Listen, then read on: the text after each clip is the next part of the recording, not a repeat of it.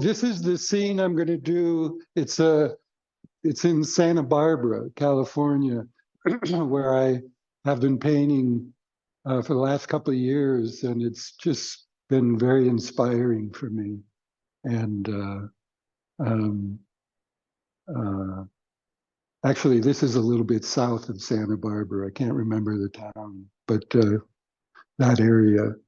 And so, when I approach a painting, uh, I go by how it's organized, the scene, by the light.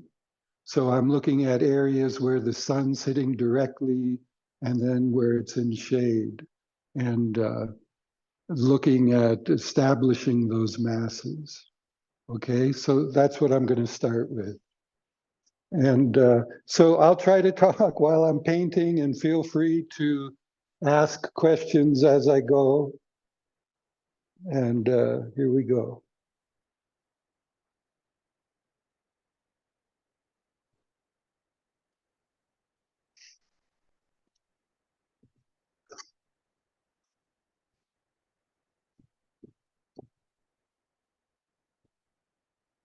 I'm painting with a painting knife, um, which I use almost exclusively lately.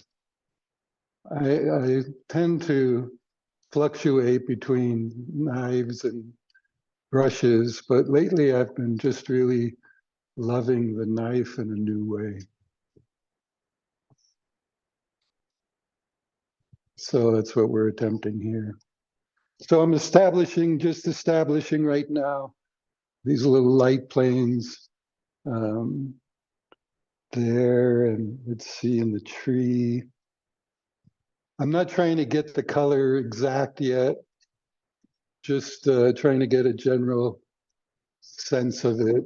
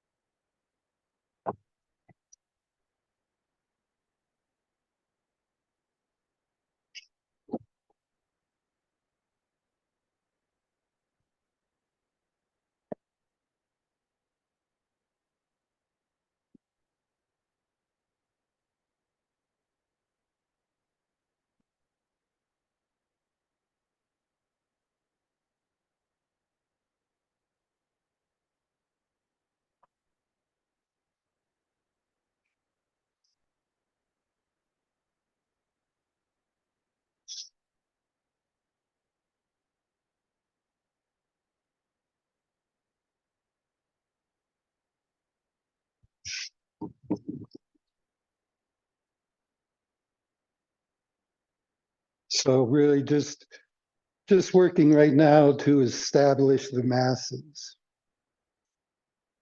the areas of direct light, and then the areas that we think of as shade planes.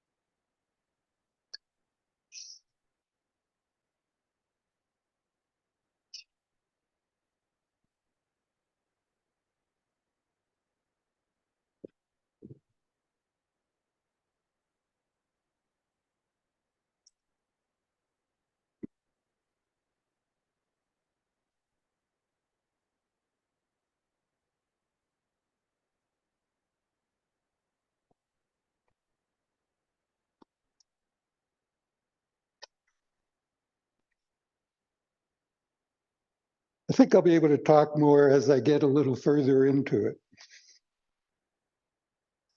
Right now, I'm really trying to quickly get something started.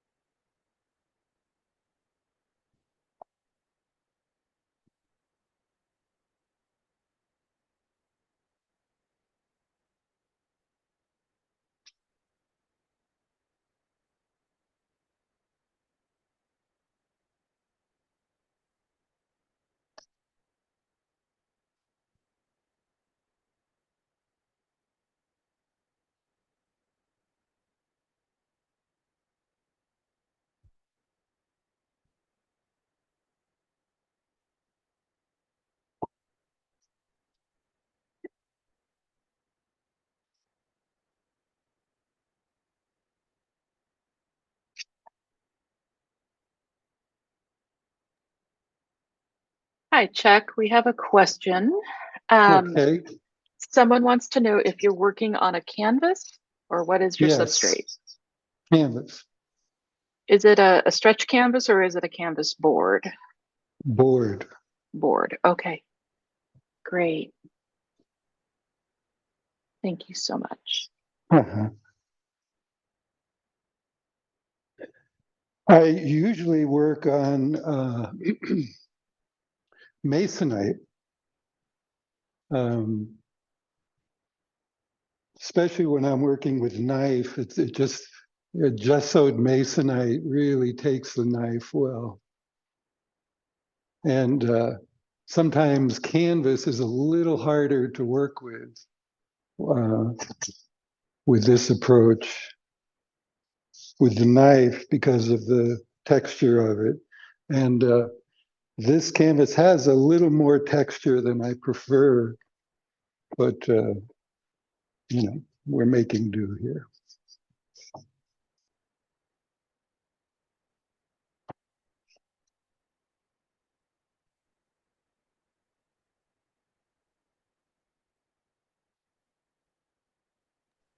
So we have another question, comment from Uh-huh. Crystal.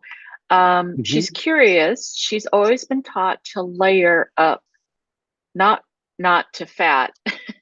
um, I'm assuming she's referring to palette knife, the how you're applying a very thick texture to the canvas rather than a thinner base layer. Um, Yes, she said that you did not mention thinning anything down or using Gamsol or other thinners to lay in I your ground. no, I'm just painting direct thick paint. And she also says she's curious to know if you have ever painted using thin to fat layering technique or if you've always just gone with this current technique. I've never really, I've always painted without medium, thinning the paint. I've always preferred the body, the weight of the paint, the thickness of the paint. And so even when I'm painting with brushes, I I still use no thinner.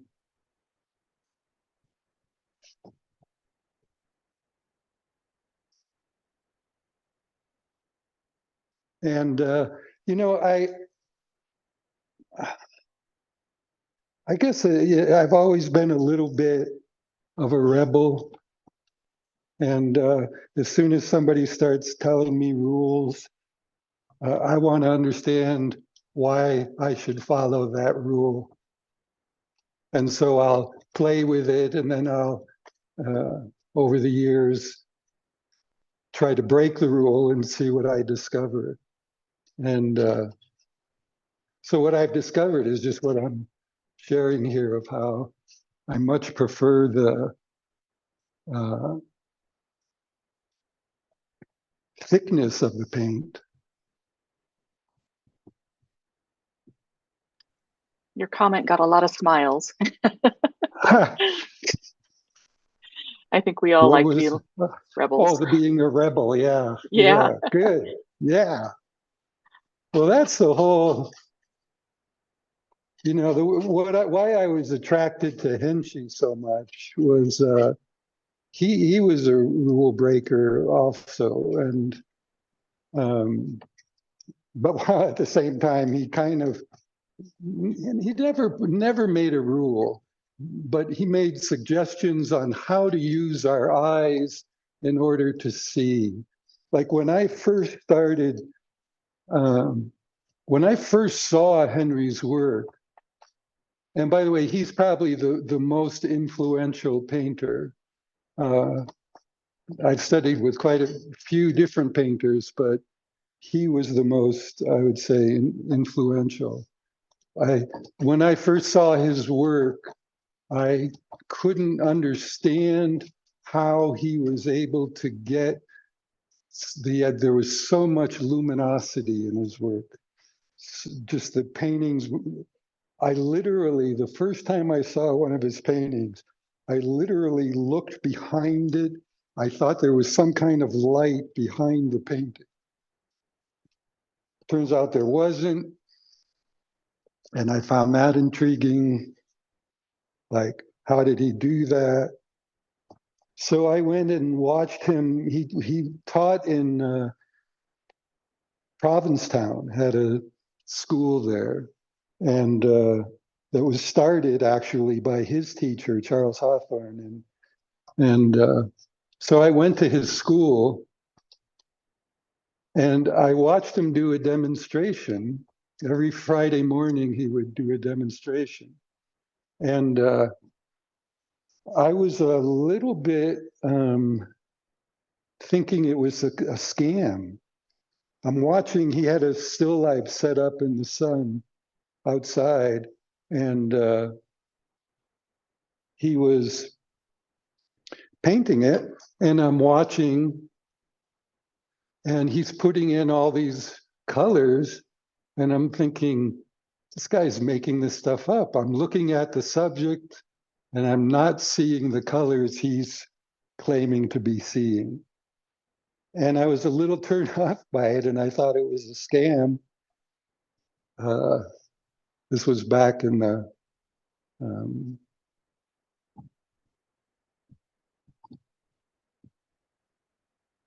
when was that? In the early 80s.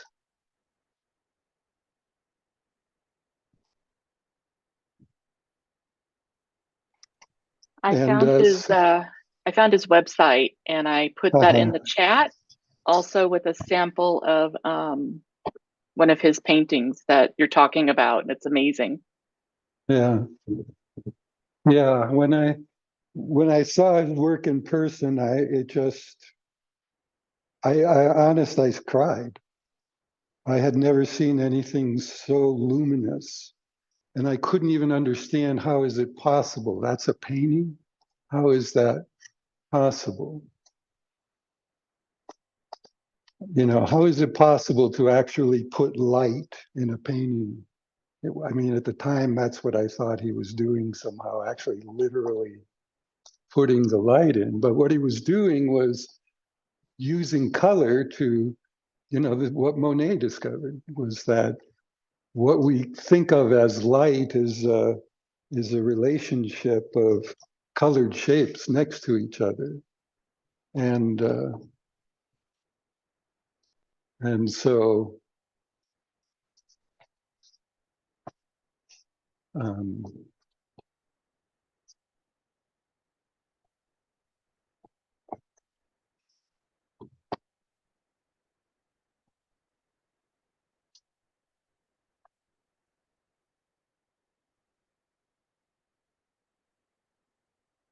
so what he was doing was observing um, color relationships. And you'd think, well, what's so hard about seeing a color? I'm looking at what he's doing and I'm thinking, that's not the color I see. That's why I thought he was making it up. And I decided I didn't want to study with him because I thought it was a scam. And he's claiming something, and yet I couldn't figure out how that could be possible. I couldn't see it.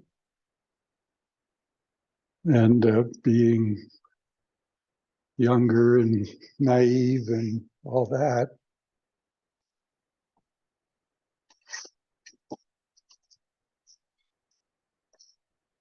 I decided he was running a scam and I wasn't going to fall for it. And I told a friend of mine, artist friend of mine, about him.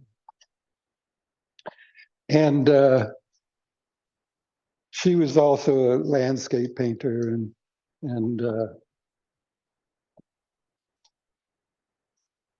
I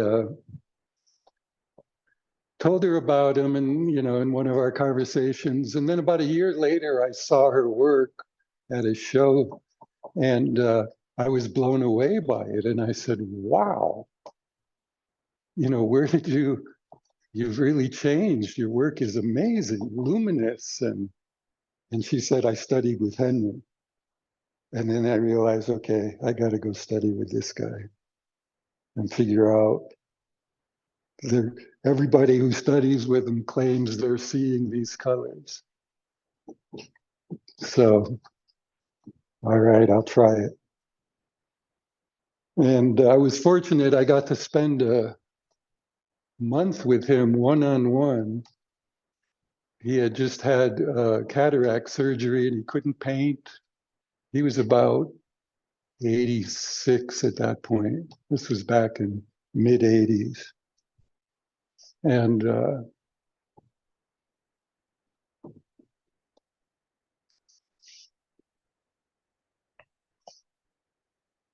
so in that month, he changed my life.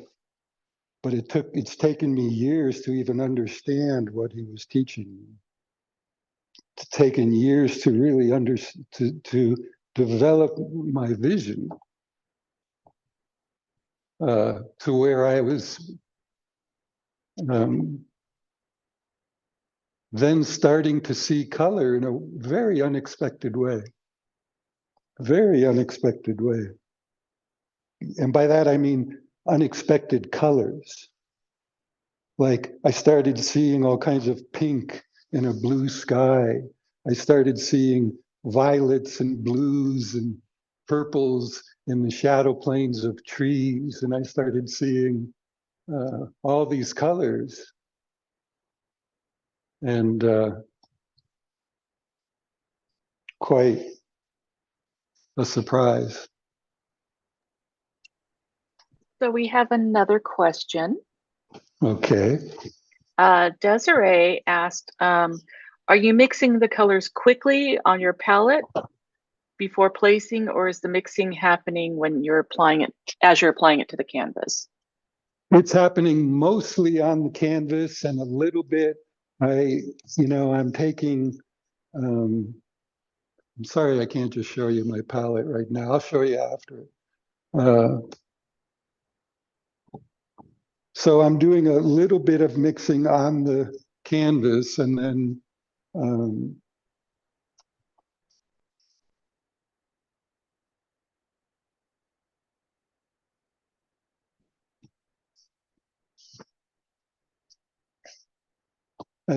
a lot of it, most of it, I'm mixing on the canvas, on the board.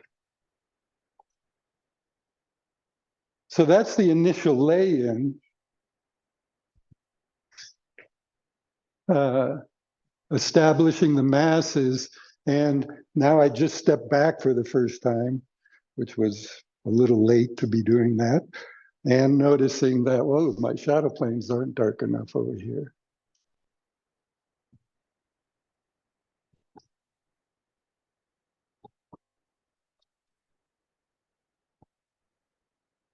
So then I'm just mixing more color into them. And we have another question from Andrea. She Hi, would like to know what brand of Andrea. paint. She would like to know what brand of paint you use. It's some of it is Gamblin, and some of it is Holbein.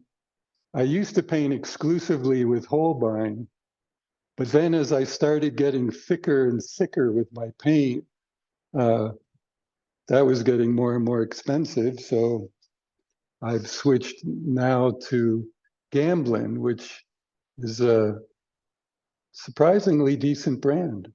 And it's, quite a bit less expensive than some of the major ones. I mean, like Holbein and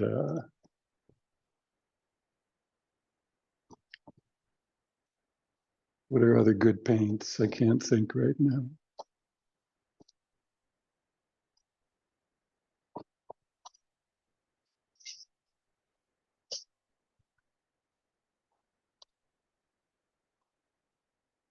But it's fun. Why I think I'm loving the knife is that it's made the experience a lot more abstract to me. I don't think anymore about what I'm painting, like trees and a hill and grasses and um, whatever the subject is. I don't think in those terms anymore. I'm just totally thinking in terms of abstract. What are the shapes I see and what colors are they? And just trusting that vision and developing that vision.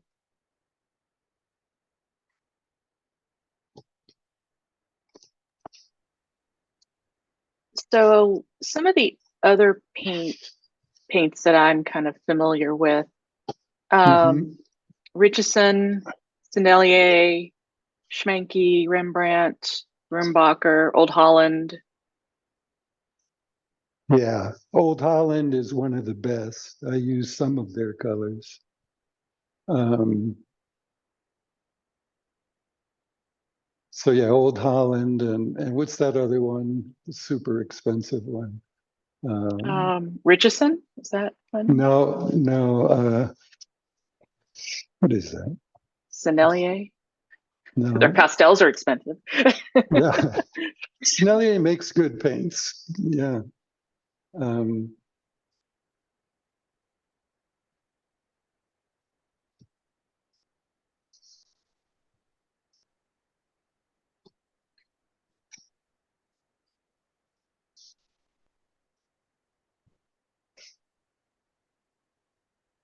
I can't think right now. Yeah, I was just kind of scanning dickblick.com to see what the prices Uh-huh. were. Um,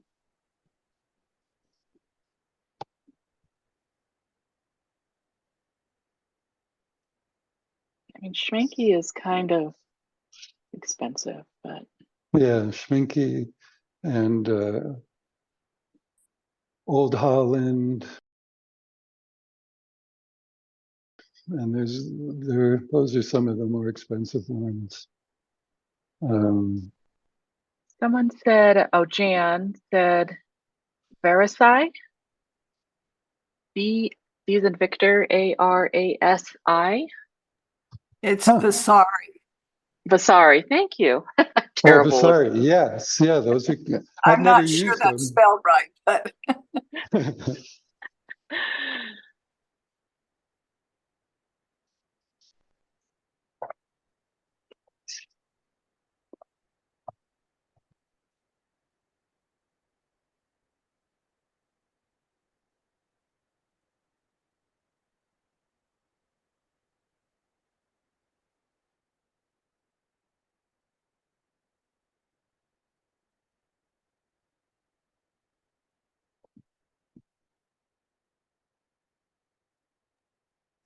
So from that angle, we can't quite see you painting. It's focusing on your shoulder. Oh, am I too much in front of it? Yeah, Sorry. Is that better? I know. It's so hard to. I forgot. Sorry. That's okay. I You're into forgot it. you That's guys were awesome. here for a second. But now I'm not in the way? You're good now. Yes. Thank you. Okay.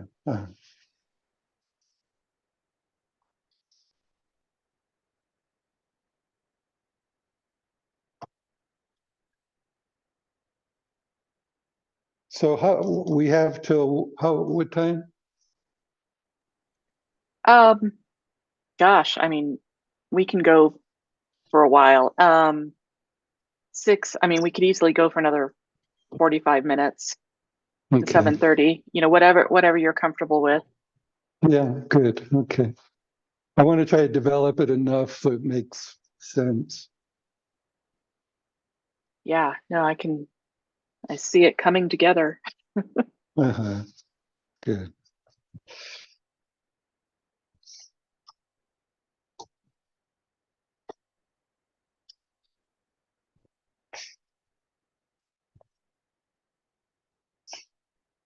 The thing I learned from Henry was how to use the eyes in a different way. And it's amazing how that facilitates color perception. And how he taught to use the eyes was uh, by focusing on your full field of vision, not just where your eyes are pointing, but by kind of using more of the peripheral vision, we can look at different areas simultaneously. And it turns out that color perception, uh, we only see color in relation to other color. How a color appears to our eye is really dependent on what colors are around it. So that's the same color. You've probably all learned this or seen those optical illusions where something looks like a shadow plane, and it turns out when you look at it next to another aspect of the photo, it turns out to be a light plane. It's a lighter color. So how color appears to our eye is a bit elusive.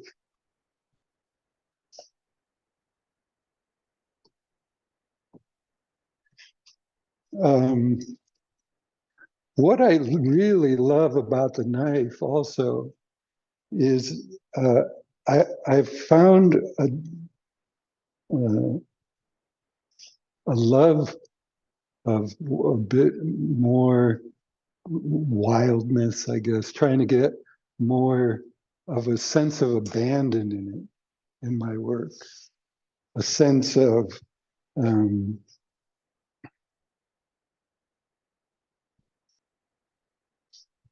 just like I want them to happen all at once. And, sometimes I work them like I never used to work from a photograph, and I rarely do now. Um, uh,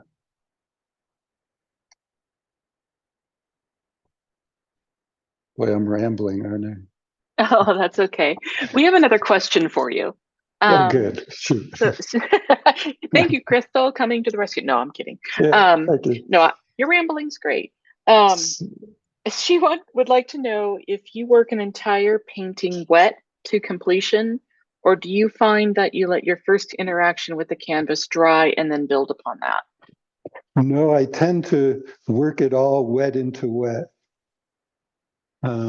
Except, I will at times bring a painting into the studio, and often you get something that works great outside in all that light. It's so much more intense, the light, so that indoors it kind of loses. And so I make adjustments to compensate for that in the studio.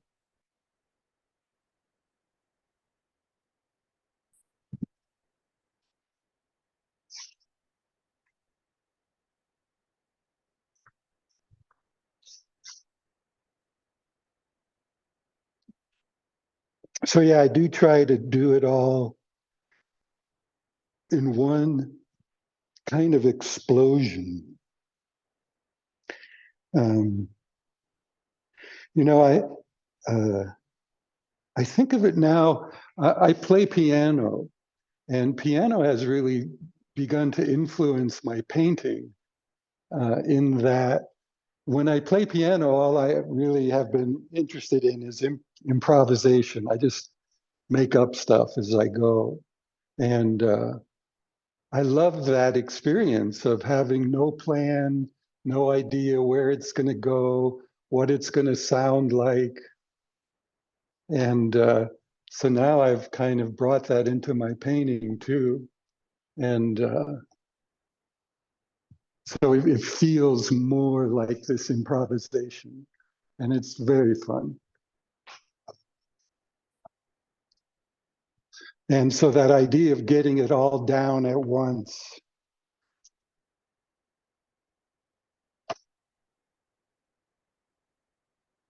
you know, and obviously they don't always work like that, the paintings, and that's part of the deal. I don't care, you know, it's more the fun of the process and the magic of the process and the things I find in the process kind of inspire me more than what trying to make a beautiful picture or a great picture. I don't think like that anymore. I mean, I think more in terms of, was it a successful improv? You know, did it create an interesting color harmony? Did it,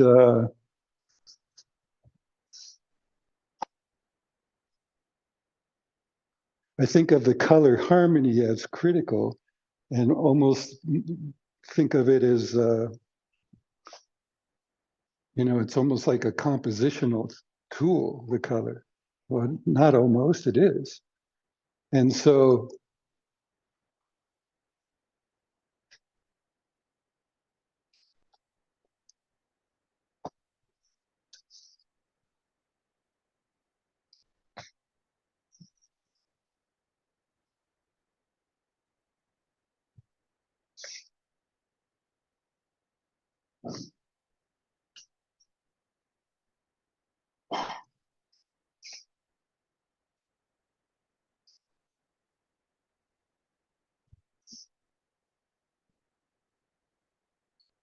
but another interesting thing has developed in that I'm not just relying on my eyes anymore. And I had a pretty profound experience with Frank Auerbach, not in person, but from his uh, words, things he shared about painting. If you don't know, Frank Auerbach is an English painter in England. He's been painting for a long time. I think he's in his 80s. But I was visiting a friend who was reading this excerpt from a book, and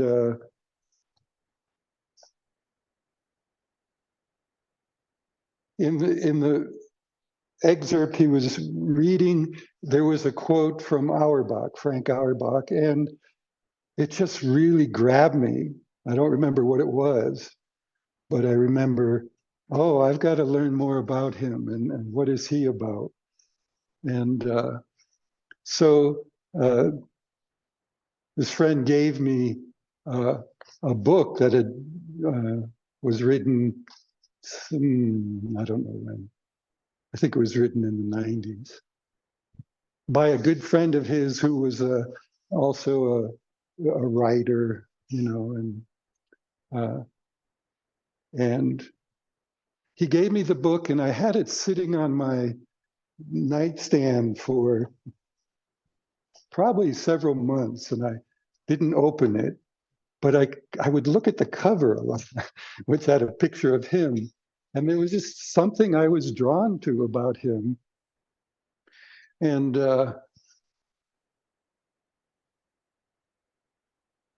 so the book's sitting there, and I hadn't opened it yet. And this one time I'm out painting and I'm really trying to find something new in my work. And so instead of painting, I just got a sketch pad and I was doing kind of a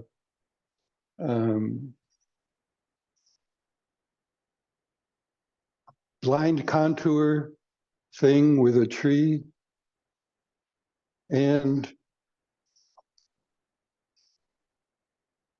as I was just doing that, I suddenly started having this experience of a new experience of the tree. I was feeling the tree as somehow part of me, somehow kind of like I was finding a sense of the tree in my body. And it was, you know, surprising and amazing. And as it was happening, these words came to me that said, let your subject permeate you. And so that just opened up this whole other level of tuning into a subject, not just visually, but taking it in as a kinesthetic experience. And like I said, it was a game changer. It really opened something new for me. And so then it was, the amazing part was the next night, I was going to bed and I decided to open Auerbach's book for the first time, and since I've had it for several months. And I'm just reading in the prologue, and there's a quote from Auerbach saying, "You have to have your subject permeate you before you can really paint something powerful about it." And it was the same word that had occurred to me in that drawing of the tree. So that started this whole new thing of feeling that rapport in a like a rapport. Is that the word? What is it? It's like a shared, it's like a very intimate shared moment with your subject.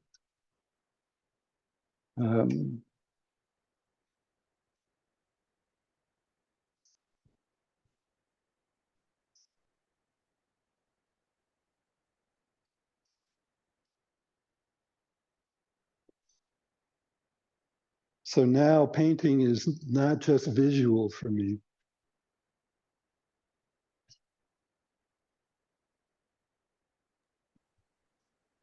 I Just did ran out find of it. word. That's a really fascinating story, and I love that. I did find one on Amazon. It's Frank Auerbach, Speaking and Painting. That's it. Yes. Yeah. I think they just republished it in 2019. Yeah, it's got a picture of him on the front, and it's black and white. Yes. Yes. Yeah, I would highly recommend that book. I'll post a link Just in as, the. and his work is not beautiful. It's not like he's trying. It's dense. It's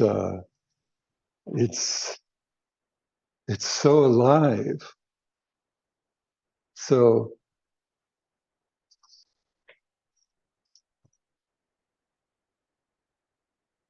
and I guess he got to all that by this idea of having a kind of kinesthetic relationship experience of your subject, whatever it is. It doesn't matter if it's the a cup or a plate or an ocean or whatever it is.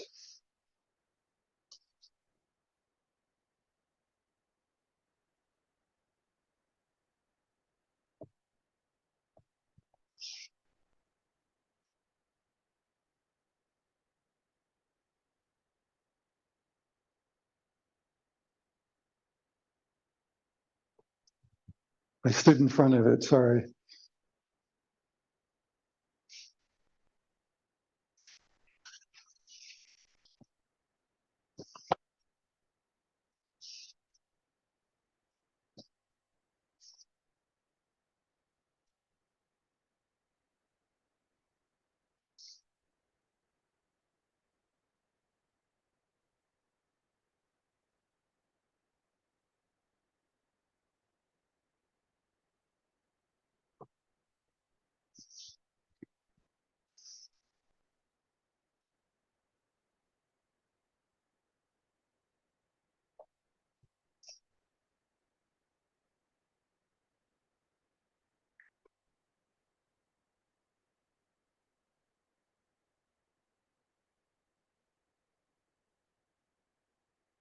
And that experience, as you can imagine, was completely unexpected, and I didn't even know that was possible.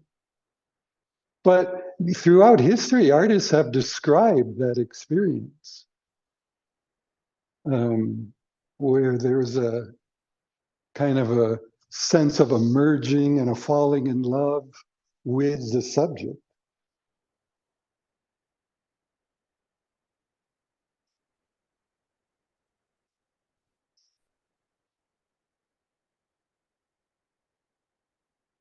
So yeah, it's almost like I'm beginning to appreciate a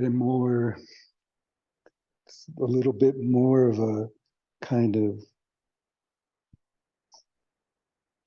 esoteric kind of experience in painting.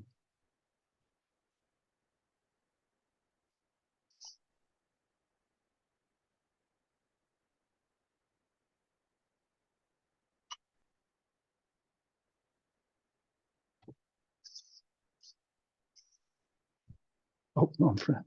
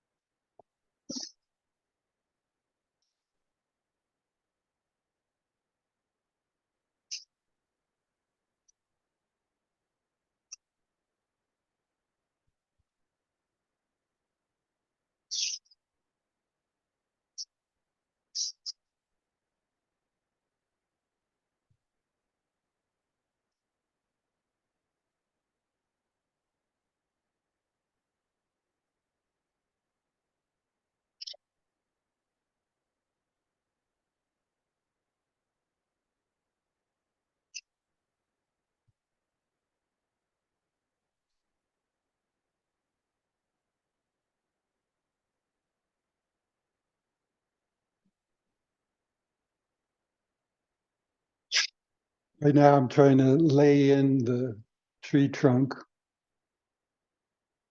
which with the knife, what's nice about it is you can actually just lay paint right on top of your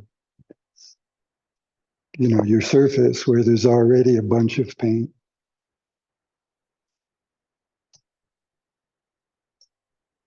It's easy to just add to it.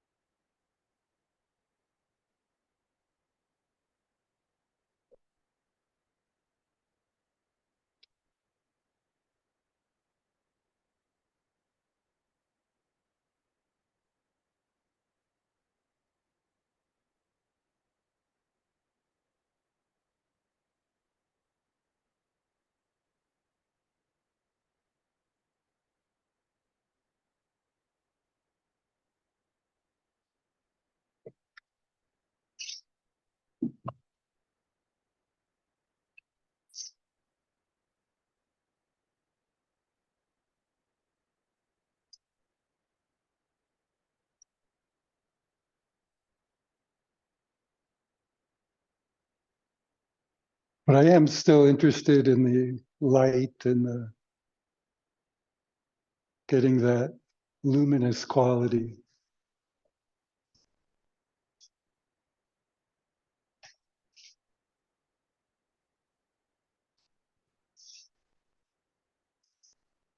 It looks different on the screen. Yeah, it's impossible to get.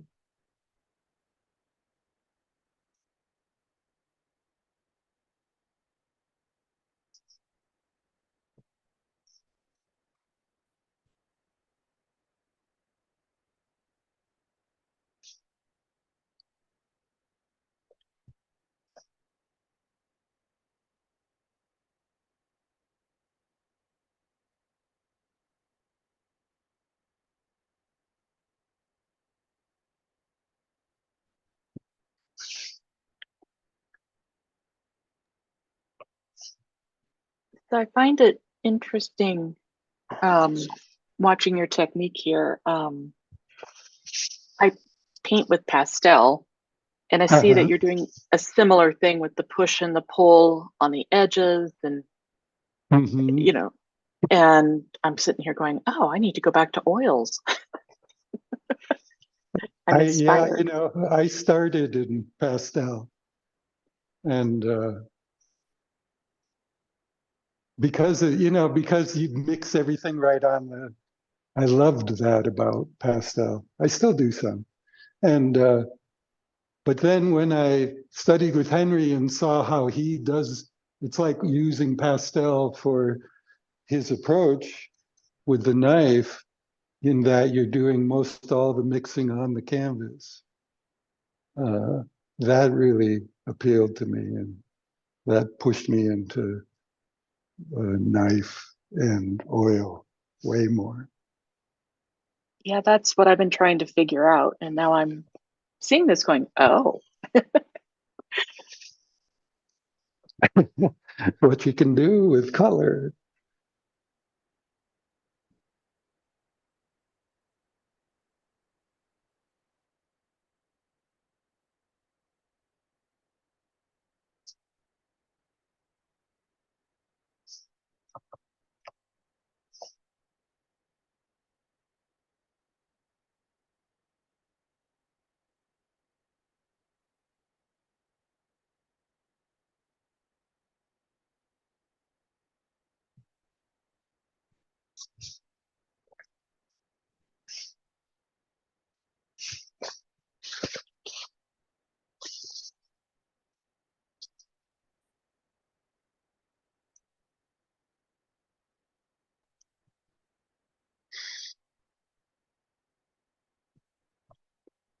One of the probably most fascinating things to me about painting that I've been learning all along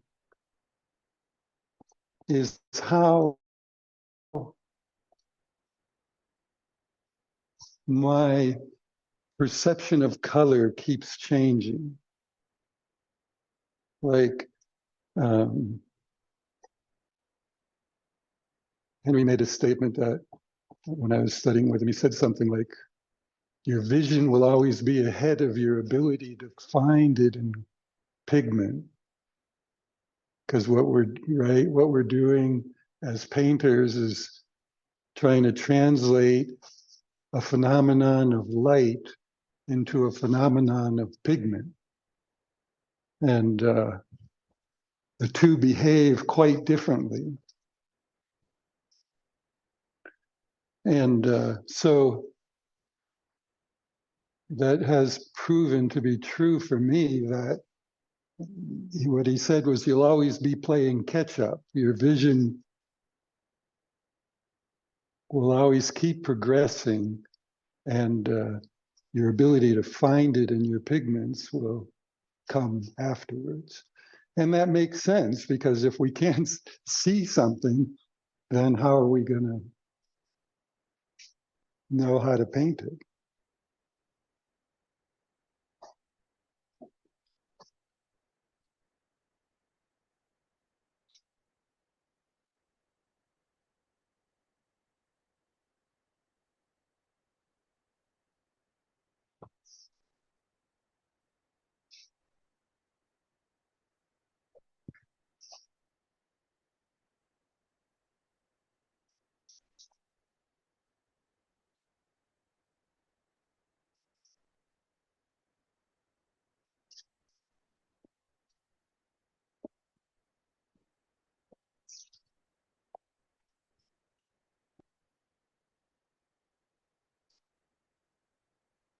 The thing I like about this kind of approach with abandon is how these magical things happen that were not, can't really say it was intentional.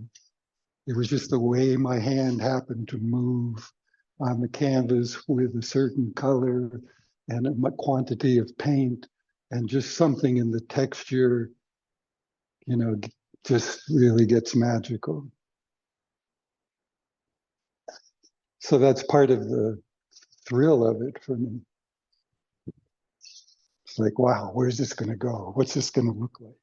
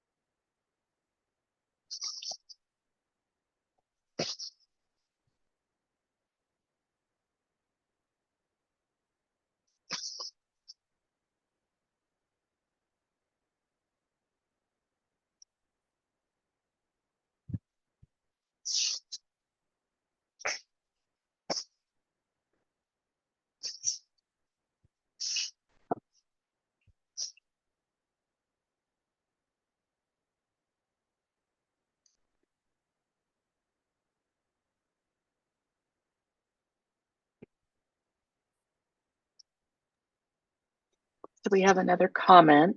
Jill Muser Okay. says, I think the heavy paint looks so spontaneous. Yeah. Yeah. That's what I like about with a knife, every stroke stays. And I love that effect. And Crystal says that breaking all the rules is so inspiring and freeing. She can't wait to get her oils back out. And I agree with Yay. her 100%. I'm very inspired myself. Yay. Yeah.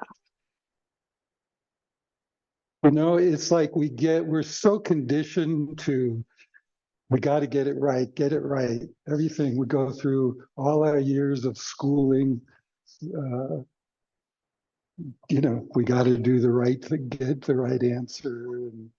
And so it seems we all bring that into painting. And if painting were about being right, just think how much great art would never have happened. It's what makes a great painting is not that it's right, but that it's alive. Our subjects are filled with life. And, if we can capture that sense of aliveness, then we're really, I think, onto something powerful.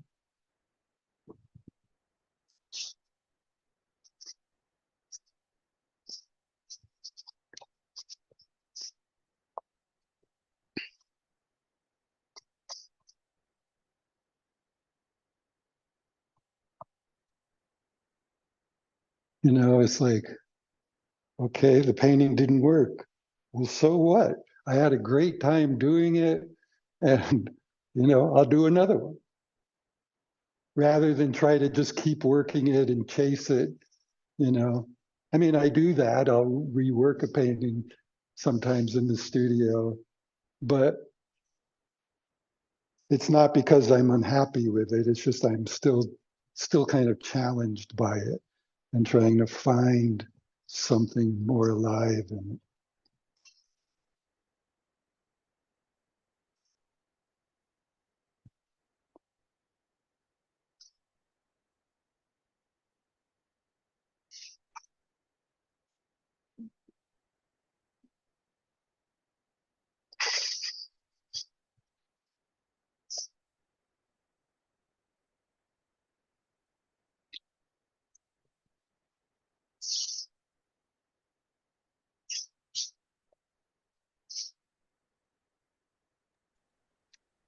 And we have another question from Uh-huh. Susan Stephen.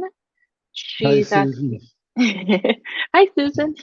Um, have you ever used water soluble oils? I just did for the first time.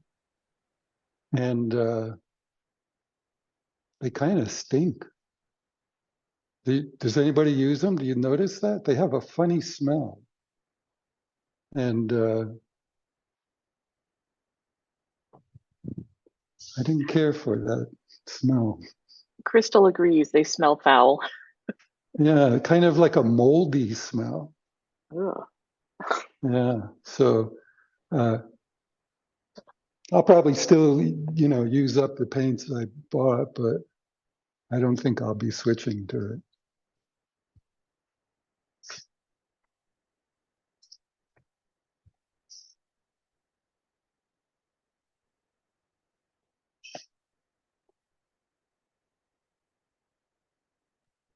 Jan also commented that they ruin brushes. Oh, is that right? Well, that's a good reason not to use them.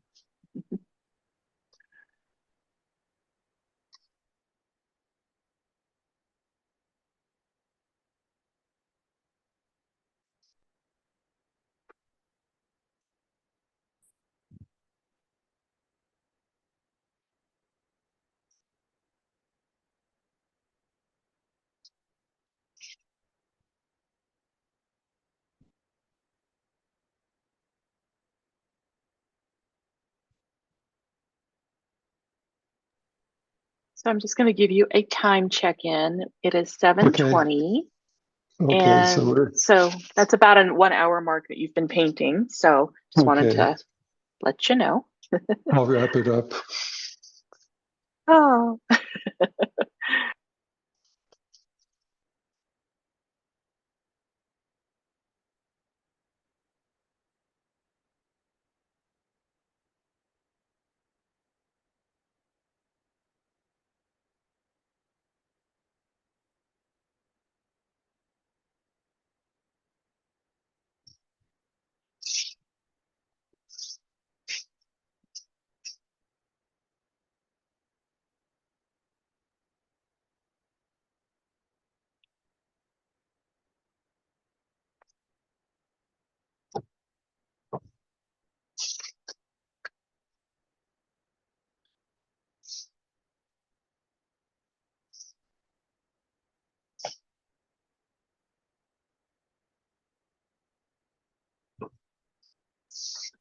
we have another comment from Tim King.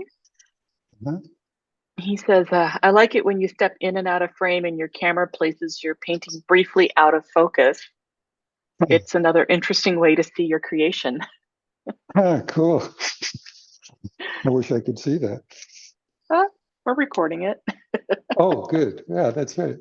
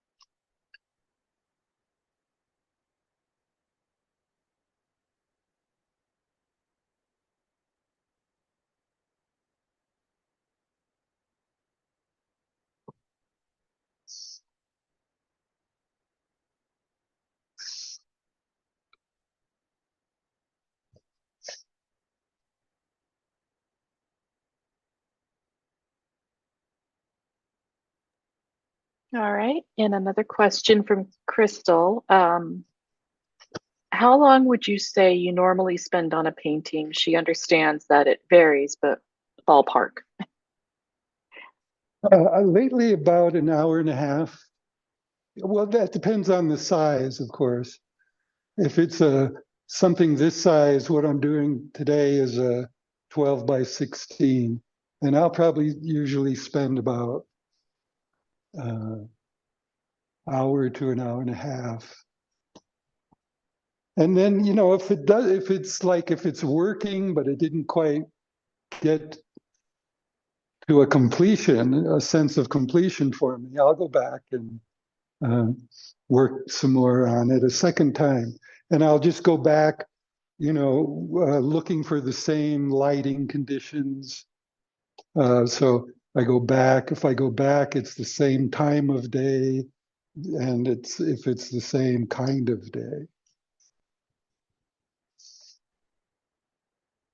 Sunny, like if it's like a sunny morning from 9 to 10:30, and so I'll go back that next day if it's sunny and take another shot at it. So I'll stop here.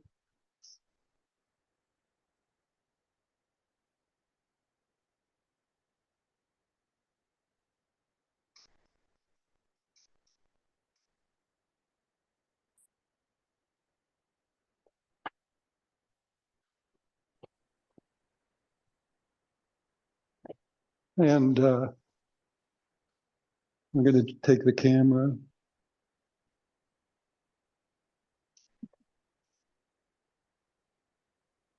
Ah, wow.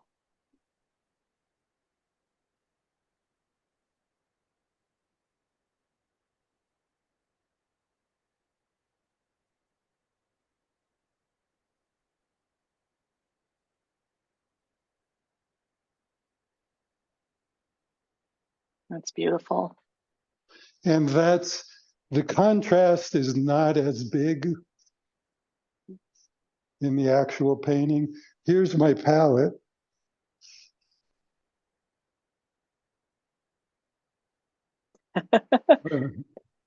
Is that a glass palette? Yeah. Yeah, And easiest to clean. yeah, they're great. So that's that. And so now let me switch to this. Yeah, I can remove your And spotlight. yeah. And then if there's any more questions, I'm happy to try and answer that. Here. Yes. So if anyone has a question, feel free to unmute yourself and ask. This is your chance.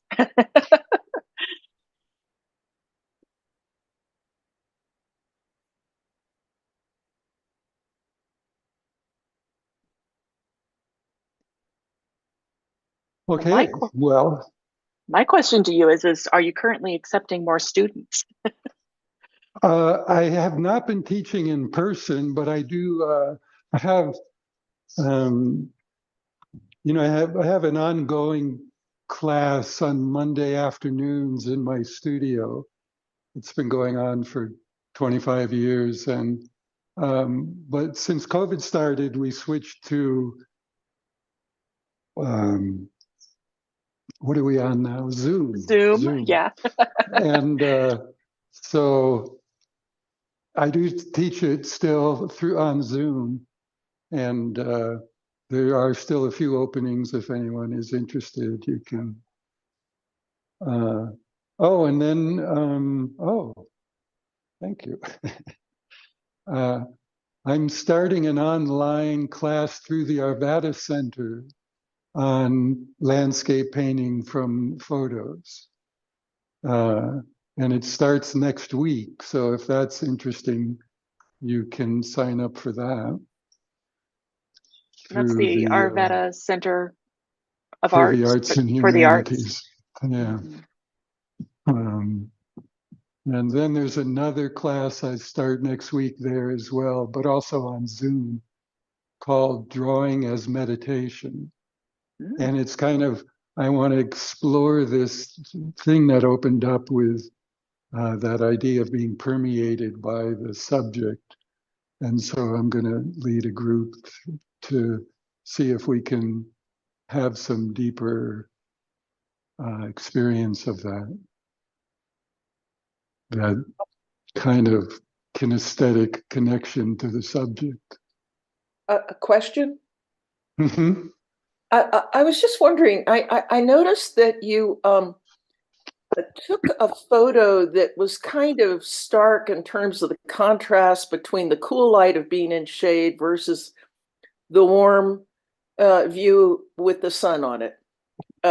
And so, but with your painting, you made that path, you warmed it up. It went from being kind of a cool gray purple in the photo to being a nicely sort of pinkish brown. And then the horizon, as the sky met the sea, you warmed that up too. And I know natural light can be sort of chilly, but you took a kind of, the camera portrayed it as white and you warmed it up with a bit of yellow. Did you know from your experience that this would be a good idea, unifying the painting by minimizing some of the starkness of the cool and warm light? Or what, any thoughts on why you made those color choices? Yeah, that's a good question. And yes, you know, I've been painting from life, painting landscape out in nature for, you know, quite a few years now. And I've learned how a camera doesn't capture what my eyes see. I mean, you probably have had that experience where you're out hiking and you see this gorgeous scene and you take a picture of it, and then you get back home and open it up and it's kind of dead compared to what what you remembered from your visual experience. And so yeah, what I find is the camera does tend to overall cool the color, and it also tends to make the shade planes darker and the light planes lighter.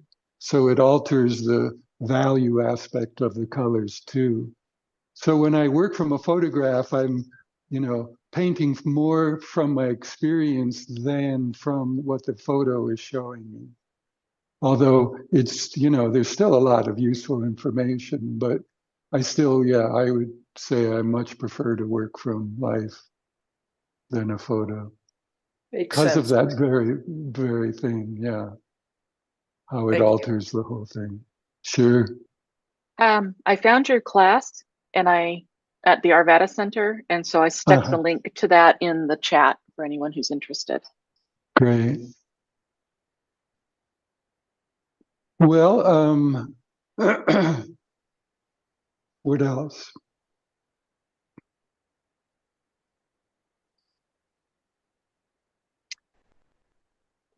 So Valerie St. Marie really appreciated that we did this via Zoom, and she usually works in watercolor, but this is great and thought-provoking information.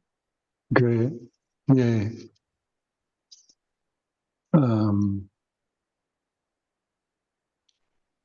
Does it read a little different? The painting seems like it reads a little different from my computer monitor than it did from the phone.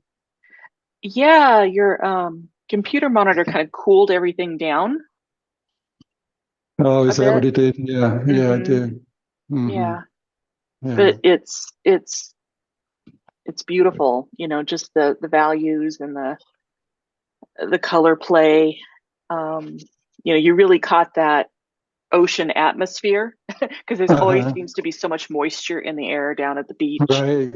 Yeah, And yeah. I grew up in Santa Cruz, so I Oh, nice. I recognize the sky. What are It's you like, doing here? right, I know. It's cold. Could we It see is. the painting one more time? Yeah. Um,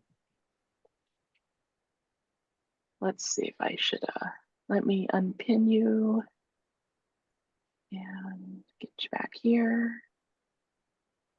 yeah, it is warmer, isn't it? On the phone, it seems warmer and more, it exaggerates the contrast quite a bit. The ground notes and the shadow planes of the trees aren't as dark there. Let's just, Oops. Sorry about that. Let me get you back here. can you pin that one for a second? The Yep, computer there we one? go. Yep.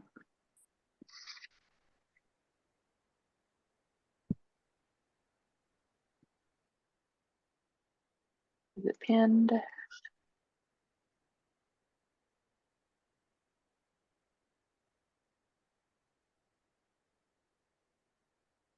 think so. It's weird. Kind of, Hmm. yeah, I think it's, Let me try one more time. There we go. Oh, there we go. Yeah. Yeah, it definitely cools it down, and it doesn't make the darks as dark. Yeah, now it's the other way. It's Yeah. way more saturated, and Could be the light too, but yeah. yeah. So, Your computer monitor is probably making it look blue too. oh, right, because it's that close to it. Yeah. So, well, you know what? If you really want to see it, come to the studio and I'll Oh, show it to you. we'll be right over. Okay, come on over.